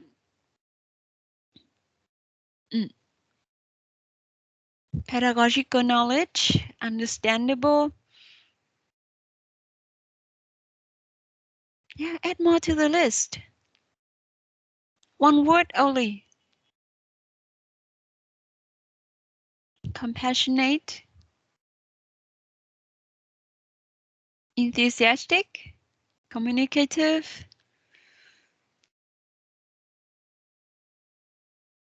Yeah, more to the list. Be quick, everybody. Flexibility. Friendly. Right? Anything else?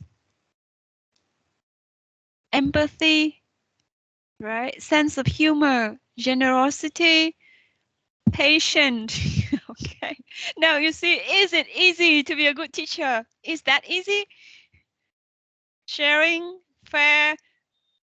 Now you see, the list is now longer and longer. What does it mean to us? Active and dynamic. Yeah. Sharing. Confidential. Okay. So that you can tell your stories, and then he or she will not tell the whole class your story, right? Positivity. Not starting the class with something like, I couldn't sleep last night and I feel very tired, right? So you need somebody who is positive. I see. Observant. Yeah. To see that you are tired and then to stop the lesson as early as possible. I'm just kidding. Responsible, kindness, impartial, ignorant sometimes. Yeah, to see that you are doing something else in the class, but then should ignore that. Now, answer the question, is that easy to be a good teacher? Friendly, but then strict and punctual. See?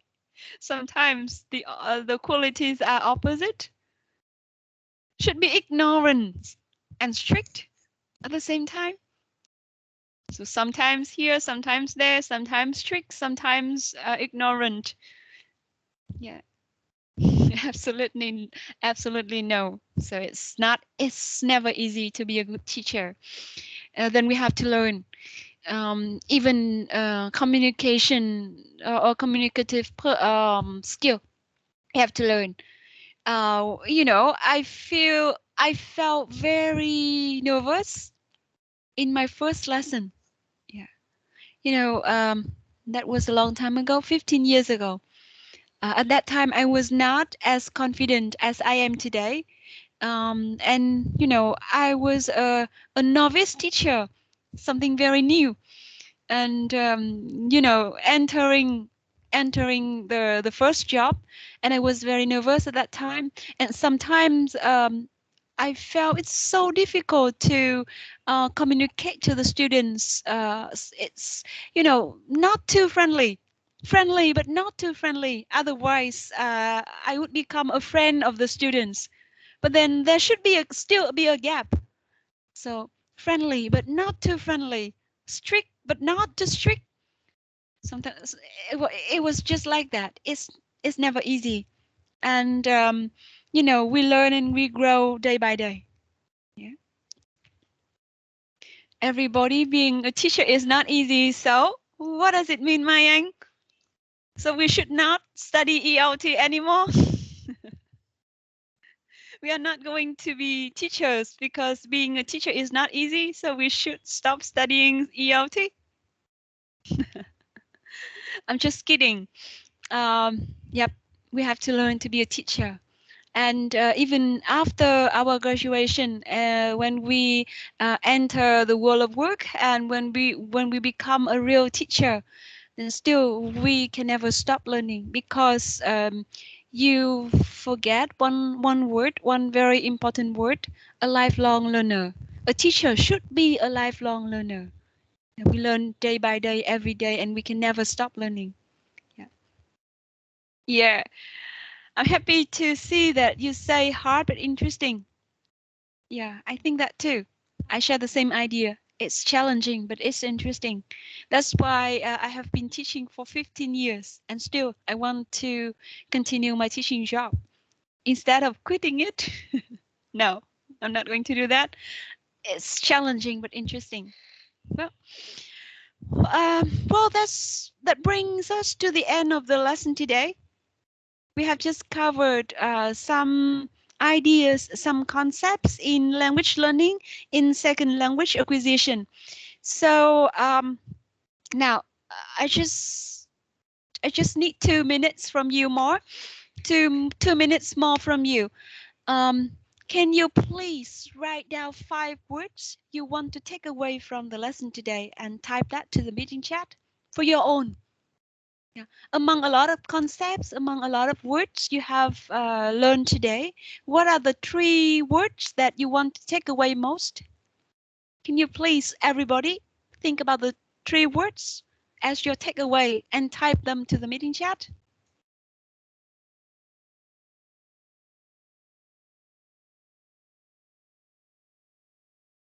For your own.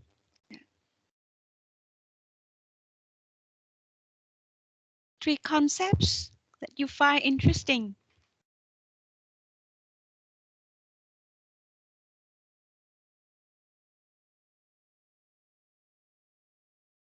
Something like input, something like SLA, something like age factor. Yeah, yeah, something similar to that.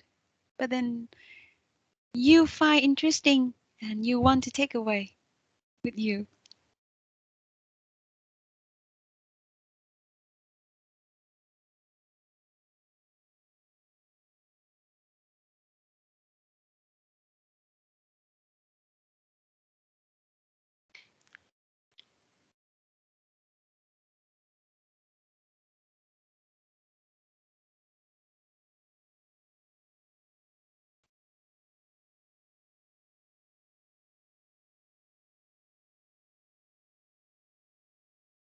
Yeah, can you please type them to the meeting chat quickly?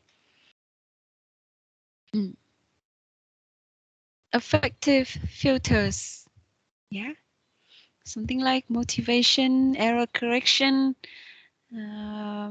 isolation. Yeah. Language acquisition, the first and second language, and VIK, learning styles. Yeah. Implicit knowledge, learning unconsciously. Explicit knowledge, learning the rules. Input processing, that is process the information in language through reading and listening. Okay. Yeah. Auditory, yes. Output, input. The input is something that we give our students, and the output is something we expect them to produce.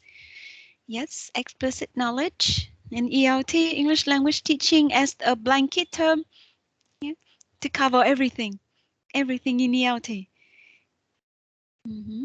Yep. Yep. It seems that you are very clear about the concepts. You understand well about the concepts we have learned in the lesson, and I really feel very happy. Noticing learner styles, VIK, multiple intelligences. Yeah. Or you may increase the number to 5 words. It's up to you. Well, thank you very much for your participation and attention in the lesson today. Thank you very much. And now it's time to enjoy our lunch. Yeah. And see you next week. Sorry, just one more thing. I'm very sorry, very sorry, very sorry. We still have one more thing that I need to remind you of. Yeah. What for next week? Next week we have only one chapter, but this is a very important chapter with all the concepts in approach, method and technique.